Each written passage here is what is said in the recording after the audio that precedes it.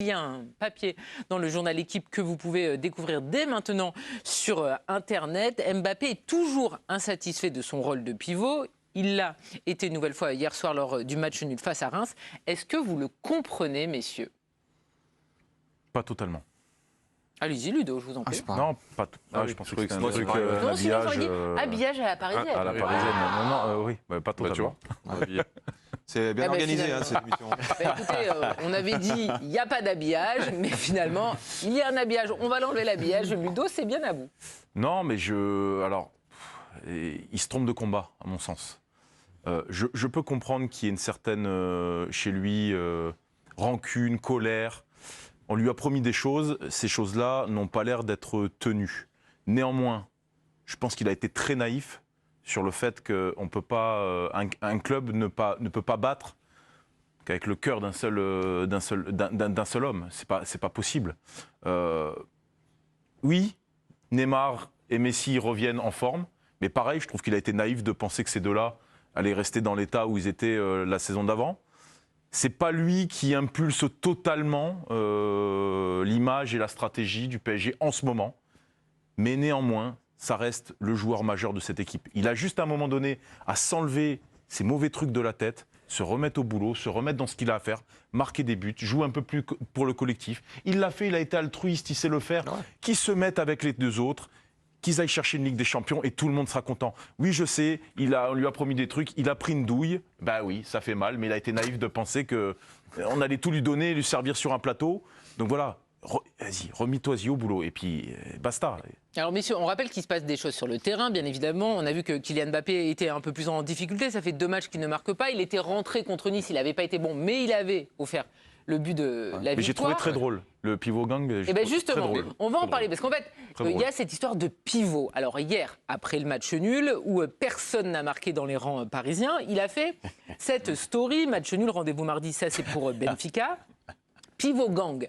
Il l'a enlevé dans la nuit, et puis il l'a remis. En fait, à quoi il joue en fait ? Il fait passer peut-être effectivement un message à travers cela. Bon, c'était déjà le cas effectivement durant l'équipe de France où il avait utilisé cette expression-là en disant que son rôle était différent lorsqu'Olivier Giroud est à ses côtés, chose qui n'existe pas bien sûr au Paris Saint-Germain. Donc il a un rôle un peu plus de pivot pour aussi mais il ne joue tout simplement pas comme jouer pivot ça. en vérité au PSG. Jouer, c'est un peu son rôle quand même dans l'animation en fait offensive du Vous Paris trouvez Saint-Germain. qu'il joue comme pivot ? Très souvent, Neymar et Messi s'appuient sur ce dernier quand même. Qui fait ça par lui?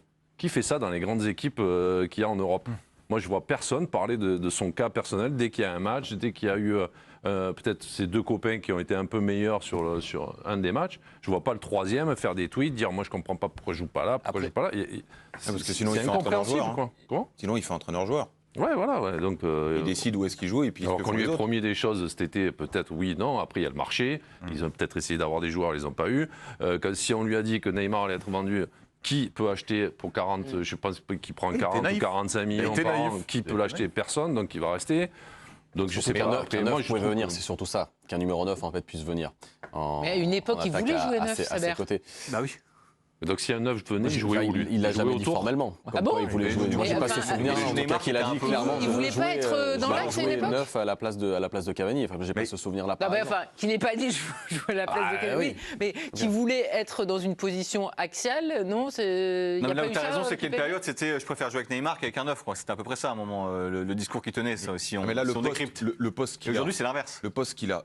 En équipe de France, il n'y a pas les 2 meilleurs passeurs du monde derrière lui. Ouais. Donc, forcément, il n'a pas besoin de décrocher. Qui garde son jus pour aller faire des appels en profondeur? Et là, j'ai l'impression que plus le temps passe, plus il veut le ballon dans les pieds, en fait.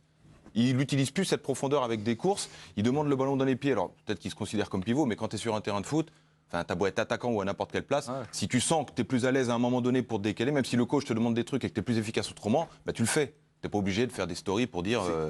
Mais il y a peut-être aussi un aspect qu'on a du mal à imaginer parce qu'on a l'impression que tout est fait pour qu'il aille bien et qu'il soit épanoui, etc. Peut-être qu'il y a un vrai malaise, peut-être qu'ils sont sportivement mal, dans cette équipe ça va pas, il y a peut-être un truc que nous on capte pas de l'extérieur. Mais du coup, ce serait au PSG un peu de Parce que le faire. Non, mais il faut l'aider à un moment. hier, on a vu des images aussi, Ludo. Il y a donc effectivement, hein, le PSG n'a pas fait un bon match à Reims. Il y a Christophe Galtier qui allait parler à Kylian Mbappé en bord du terrain, et on voyait Kylian Mbappé qui hochait les épaules, qui semblait ne pas comprendre en fait. Il fait une faute grossière à la fin.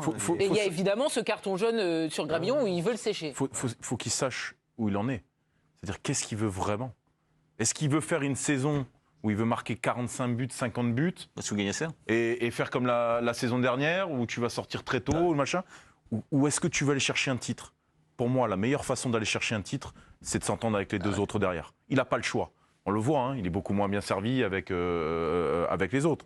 Et comme il est un peu énervé en ce moment, il est un peu excité, donc il n'est pas dans un état d'esprit super pour pouvoir faire des différences, parce que ça compte aussi être bien dans sa tête pour faire des différences. Donc, ouais, mais ça dépend il faut qu'il revoie ses objectifs. Si pour lui, son objectif, c'est juste de mettre ses 50 buts dans la saison terminée. Mais ce qu'il y a, c'est qu'il n'est pas ignoré par les deux autres. Mais non. Non, mais c'est surtout ça, en fait.